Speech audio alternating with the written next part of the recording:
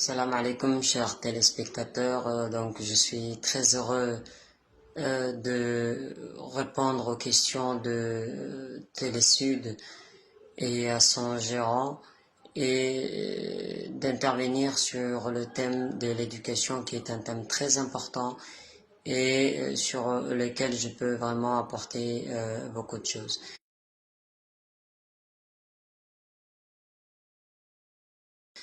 Alors la première question a consisté à parler un peu du système éducatif djiboutien. Donc ce qu'il faut retenir dans cela, c'est que le système éducatif djiboutien se structure en deux époques, en deux parties. Donc d'abord le système hérité de la colonisation qui était basé sur des programmes qui venaient de France, gérés par l'inspection française. Et puis après, à partir des années 2000, le pays a connu une refonte du système éducatif et a opté pour l'introduction de l'approche par compétences dans l'enseignement et dans l'éducation nationale.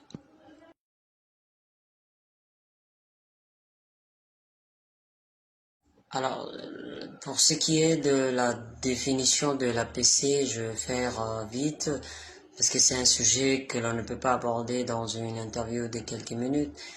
L'approche par compétence est venue après d'autres méthodologies qui l'ont précédé et qui étaient par exemple la méthode communicative, la méthodologie SGAV, la méthodologie audio-visuelle, etc., sans tenir compte de l'ordre.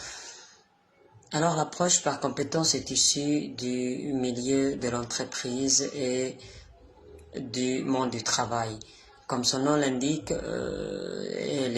cette approche est basée sur les compétences et les élèves à la fin de chaque séance ou chaque séquence doivent acquérir un certain nombre de compétences qu'ils doivent par la suite mettre à exécution. Des exercices, par exemple, que l'on peut retrouver dans des livres issus de l'APC, ce sont des exercices où l'on met des élèves dans des situations problèmes et ils doivent résoudre cette situation en mettant en œuvre les connaissances et les compétences acquises. Donc l'utilisation des savoirs, des savoir-faire et des savoir-être dans des situations bien déterminées constitue la base même de ce qu'on appelle l'approche par les compétences. Donc tout est axé sur les compétences, tout est basé sur des objectifs bien déterminés et je peux en bref dire que l'approche par compétences, c'est la mise en valeur des compétences et des aptitudes acquises durant un cours ou une séquence ou une année scolaire.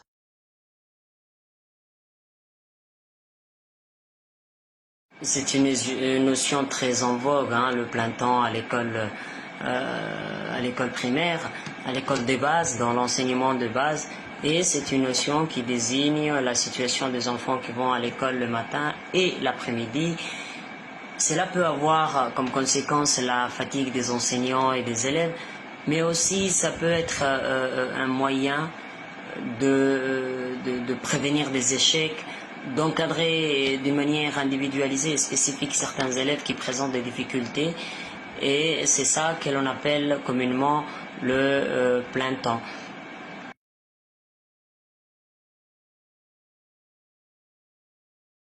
Alors chacun doit contribuer favorablement et comme il peut, quand il peut, où il peut, à l'amélioration de la qualité de l'éducation. Et ce n'est pas seulement la responsabilité de l'éducation nationale. Donc tout le monde doit contribuer et apporter sa pierre à l'édifice. Et on ne peut pas se contenter de dire qu'on a envoyé un enfant à l'école et qu'il n'a rien appris et qu'il n'a pas été bien formé. C'est un travail de coopération et de collaboration entre familles, enseignants et institutions, en motivant aussi l'élève lui-même. Du coup, je peux dire que on est tous responsables de ce qui arrive aux élèves, aussi bien au niveau des associations qu'au niveau individuel. On doit apporter notre contribution à une éducation de qualité.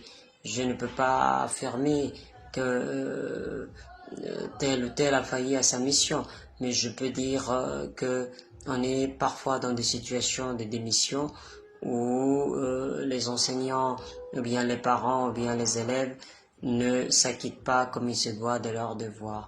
Donc, sans responsabiliser ni l'un ni l'autre, on peut se dire que de vrais travaux doivent être menés en étroite collaboration et en concertation avec les enseignants, la société civile et l'éducation, c'est-à-dire le département en charge de l'éducation.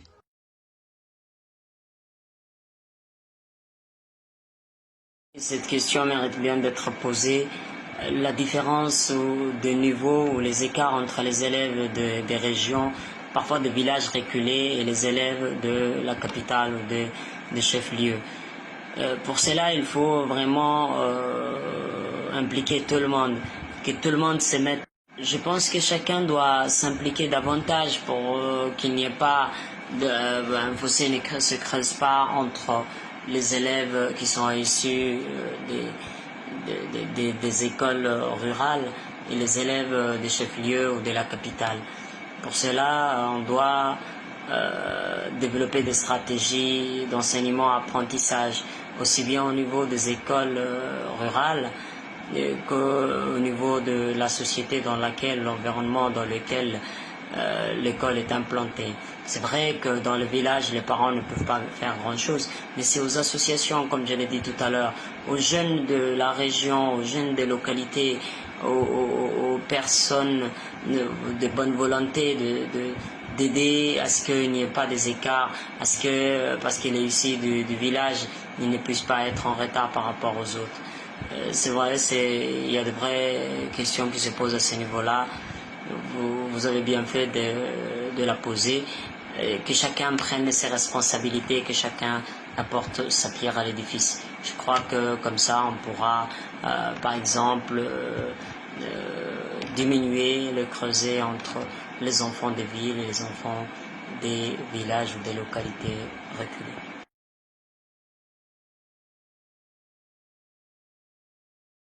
Effectivement, la question des langues nationales et de leur introduction dans l'éducation nationale est une question que l'on se pose aussi bien au niveau des grandes institutions telles que l'UNICEF ou l'UNESCO et aussi au niveau de notre pays où on se demande parfois si l'on ne devrait pas introduire les langues des élèves djiboutiens dans l'école afin de leur permettre de mieux s'adapter au contenu de l'enseignement, apprentissage, parce que les langues nationales, c'est d'abord la base.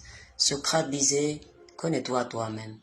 Du coup, là, on peut se demander si parfois on remarque que les élèves ne sont pas bien motivés, n'ont pas les bases nécessaires pour apprendre une leçon ou pour pouvoir réussir dans des situations problèmes.